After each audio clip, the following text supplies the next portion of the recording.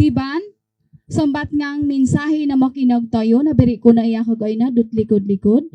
Tingkagan ko si Ginoong Roberto Himaya, it kita yung masigasig, tapat at mapagmahal ng kapitan. Palakpakan tayo iya.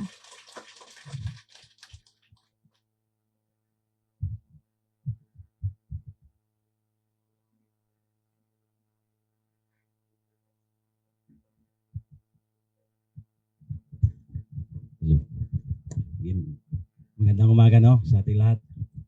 Una-una, nagpapasalamat ako sa ating Panginoon na tayo'y dinala sa lugar na ito upang magkatipon-tipon. So, sa atin, sa Maris Brothers, sa mga magulang, mga estudyante, dito yung kasamang kong council, sa mga bisita, kay Bishop, kay Father, magandang umaga po sa ating lahat. So, una-una po, ako po'y magpapasalamat doon sa Maris Brother.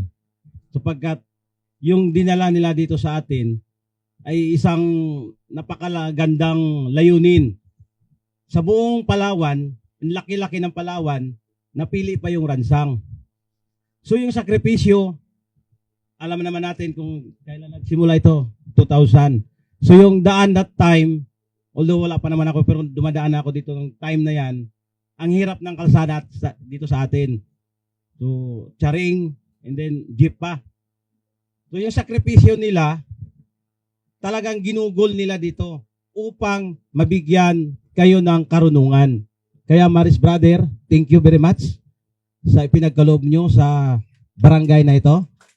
Yan po'y isang utang na loob po namin sa mga Maris Brother, pagkat yung sakripisyo, yung paghihirap, at saka yung nalayo tayo sa pamilya, yun ang pinaka mas mabigat pag lumayo tayo sa ating pamilya.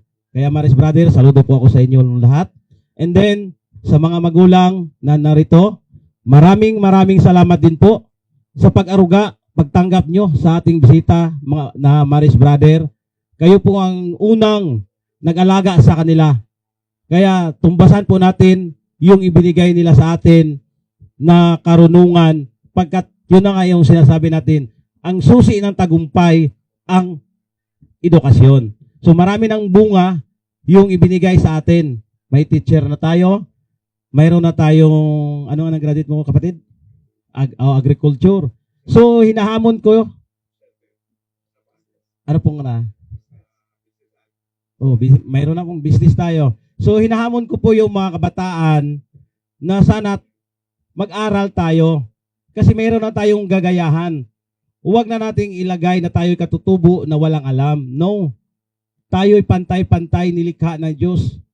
Kung anong itsura mo, yun din yung itsura ng Diyos. Kaya dapat tayong magmamahalan, magtulong-tulungan, mga kapatid. Kasi tayo'y iisa lang. Iba-iba lang yung, iba-iba lang yung tribo. For example, Kuyunin, tribo. Cebuano ka man, yan ay tawag na tribo, pero iisa lang tayo. So dapat nating pagbuklurin, pag-isahin. Yung layunin lang naman natin tayo matuto at makapag-share. Katulad ni ma'am, teacher na. So yung alam niya, maibahagi niya rin sa iba. Kay sir, na isa ng agriculturist. So dito sa atin, napakalapad ng lupa. So mayroon tayong malapitan. Kaya hinahamon ko po yung lahat, mga magulang, mga estudyante, sikapan, tiyaga, yung pagpupursigi na matuto tayo. Kasi wala nang ibang susi kundi yung edukasyon. Kasi tulad ng nung araw dyan sa taas, may share ko lang umakyat kami dyan sa taas, yung mga kabataan, tumatakbo yan, natatakot.